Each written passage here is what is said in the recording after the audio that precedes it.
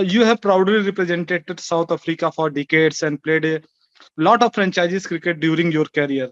Now, after retirement, you are associated with different T20 team across the world.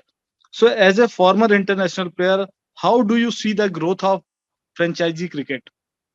I think we've seen since the IPL that it's grown, and teams around the world have grown. And players are playing a lot more franchise cricket in different parts of the world with different teams. So I think it's been great for the game. I think the IPL in particular has been really good for Indian cricket, and I think each sort of country has seen what it's done to develop the players and trying to almost emulate that.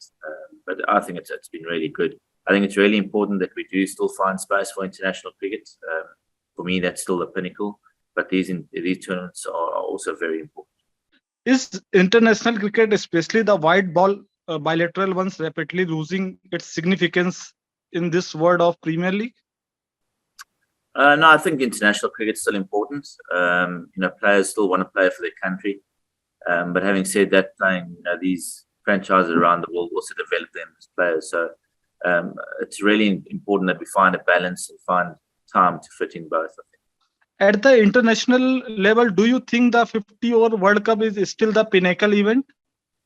I do think so. I think the players drive that and run it and want to win the 50 over World Cup at this stage. So, it's important to find a balance. And the three formats, I know to the players, are still really important.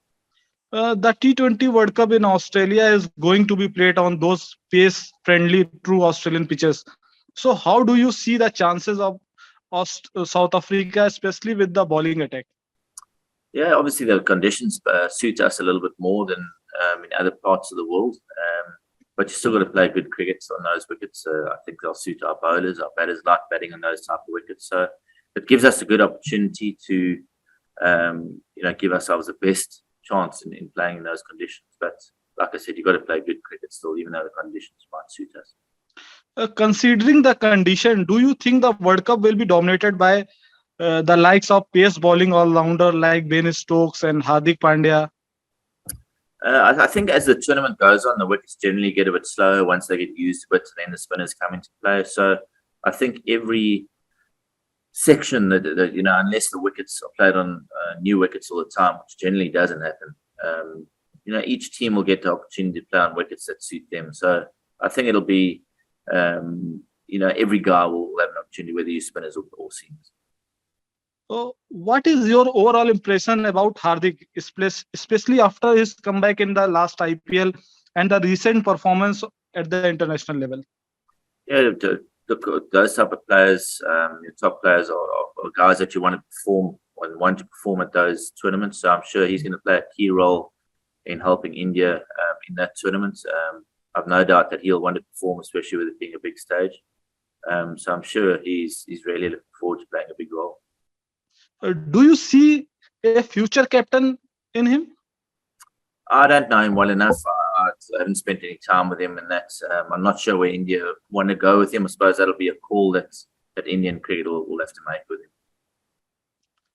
Talking about the Indian team, what do you think is the reason behind India not doing well in past T20 World Cup, despite having the best T20 league in the world and a huge talent pool?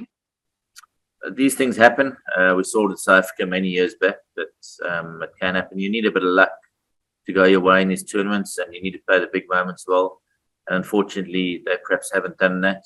I'm sure they'll be aware of that and know that those are key moments that they'll have to play a little bit better than they have done in previous World Cups. But they're certainly going as one of the favourites. Do you think India batting approach is in international T20 is a bit conservative, especially at the top level? No, I don't know. It's obviously they've got their game plans and they'll want to play the game how they want to play it. They'll have, now clarity on who they've chosen and what roles they'll have to play. And I'm sure they'll be very clear in what roles they want each player to go to and play, during that World Cup. What do you think about Virat Kohli? Yeah, look, if you play long enough, you're going to go through a little patch where you don't score. But the class always comes through, and I'm sure he'll play a big role in this World Cup. He's a world-class player. And no doubt that he'll be back again scoring a lot of runs. My last question to you: how do you see Jadeja injury impacting the chance of Indian team in this World Cup? Look, I think India's lucky; they've got a lot of world-class players. So yes, it is a big blow to them, but they've got plenty of players there that can replace him and put in big performances to help them win that World Cup. Thank you so much for joining us. Thank you very much.